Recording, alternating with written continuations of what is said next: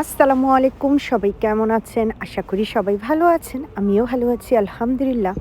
আমার এখানে এখন বাজে সকাল ৭টা। ঘুম থেকে উঠে গেছি কারণ ছেলে স্কুলে যাবে। বারিন্দায় এসে দেখতাছি ওই যে গাছগুলা পাতা মানে গাছের পাতাগুলো নিচে পড়ে আছে আর কি পরিমাণ ঠান্ডা রে বাবা! বারিন্দার দরজাটা খুলে একটু দাঁড়াইলাম যে একটু ভিডিও করব। আর এখনও সব অন্ধকার হয়ে আছে, সকাল ৭টা বাজে। তো আমি আরও ১৫-২০ মিনিট আগেই উঠে গেছি। সব কিছু গোছাইলাম, গরম পানি করলাম কারণ আয়াতের একটু ঠান্ডা, ওকে একটু গরম পানি করে খাওয়াইতে হয়। তো এই যে আজকে অনেক দিন পরে আমি একটা ছোট্ট ব্লগ আপনাদের সাথে শেয়ার করতেছি। আশা করি আমার পুরো ভিডিওটা দেখবেন। এদিকে ডিম সিদ্ধ বসায় দিছি সকালে উঠে, ওর বাবার জন্য ডিম সিদ্ধ করে রেখে যাব যে মানে খেয়ে বের হইতে পারে, স্নেহাও খাবে। আর আয়াতের টিফিন দিছি আজকে, এই যে ও বার্গার নিছে আজকে। আয়াত এখন বাথরুমে ফ্রেশ হবে, তারপরে রেডি হবে। অলরেডি 7:30 বাজে আমার এখানে সব কিছু গুছিয়ে। আর আমি একটু এই যে ক্ষীর আছে, ক্ষীরও খাবে সকালবেলা ঘুম থেকে উঠে ওর বাবা, মানে নাস্তা টেবিলে দিয়ে তারপরে বের হব। আয়াতকে স্কুলে দিয়ে এখন আমি সেন্টারের দিকে যাচ্ছি। আমার হাজব্যান্ডও চলে আসতেছে, তখন আর ভিডিও করতে পারিনি। স্কুলের সামনে গেলে আয়াতকে ভিতরে দিয়ে ভাবিদের সাথে কথা বলি, তো যে কারণে ভিডিও আর করা হয়নি। তোরে দিয়ে আমি এই যে বাসে উঠে গেলাম।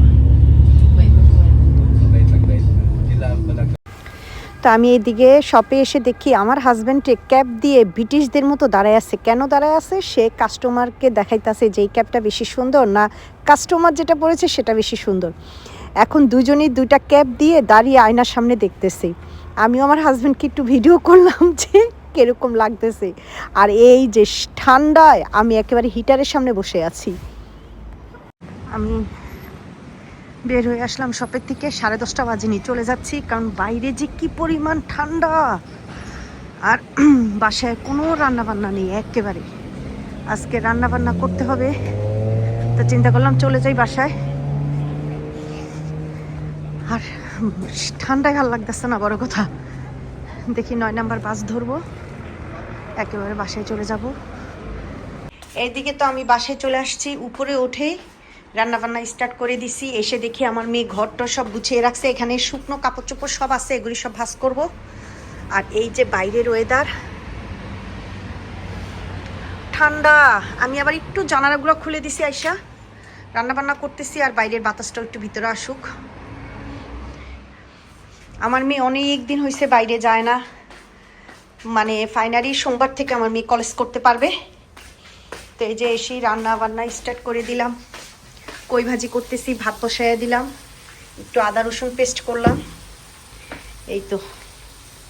তো এইদিকে এই যে একটু রৌদ্র ওঠে আবার রৌদ্র চলে যায়, মানে কি ওয়েদার কি বলবো। তো এইদিকে আমি এই যে খিচুড়ি রান্না করে ফেলতেছি একটু মাখা মাখা করে, একেবারে ঝুরা খিচুড়ি করবো না আর পাতলা খিচুড়িও হবে না। আর এদিকে গরুর মাংস আলু দিয়ে ঝোল আলহামদুলিল্লাহ। ওর বাবার জন্য ভাত করেছি, এখানে খিচুড়িটা খাওয়ার জন্য আমি বেগুন ভাজিয়েছি, আর এদিকে কই ভাজি করেছি ডিম দিয়ে, আর এই যে সালাদ কেটে নিয়েছি। তো আমার এখানে এখন বাজে 2:45। স্নেহা ফ্রেশ হইতে দেরি হয়েছে, যে কারণে স্নেহা খাওয়া দাওয়া একটু দেরি করে বসছে। আমি আর আমার হাজব্যান্ড খেয়ে ফেলছি আলহামদুলিল্লাহ। এদিকে একটু ক্ষীর ছিল, ও একটু মুড়ি দিয়ে খেয়ে চলে যাবে শপে। আর স্নেহার খাওয়া দাওয়া স্নেহা এখন করতেছে। আমি সব কিছু গুছিয়ে একটু পরে আয়াতকে আনতে চলে যাব। তো আমার এখানে এখন বাজে 3:30।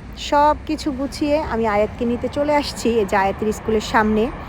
একেবারে আয়াতের খাবারটা রেখে সব কিছু গুছিয়ে। তো আমার অনেক দিন পরে আমি একটা ব্লগ দিলাম। আসলে ব্লগের ভিডিও, তারপরে আমি ফেসবুকের পেজে রান্নার ভিডিও একসাথে করতে গেলে অনেক সমস্যায় পড়ে যাই। দেখা যায় ফেসবুকে দেই অথবা ব্লগটা করতে পারি না, অথবা ব্লগ করি ফেসবুকে দিতে পারি না। সব কিছু মিলিয়ে আসলে অনেক সমস্যায় থাকি, দেখা যায় কোনোটাই পরে দিতে পারি না। তো এই যে অনেক দিন পরে আমি একটা ছোট্ট ব্লগ আপনাদের সাথে শেয়ার করেছি। যদি ভালো লাগে তাহলে অবশ্যই লাইক আর কমেন্ট করে জানাবেন। আর সবাই আমার পরিবারের জন্য দোয়া করবেন। আজ এই পর্যন্তই, আল্লাহ হাফেজ।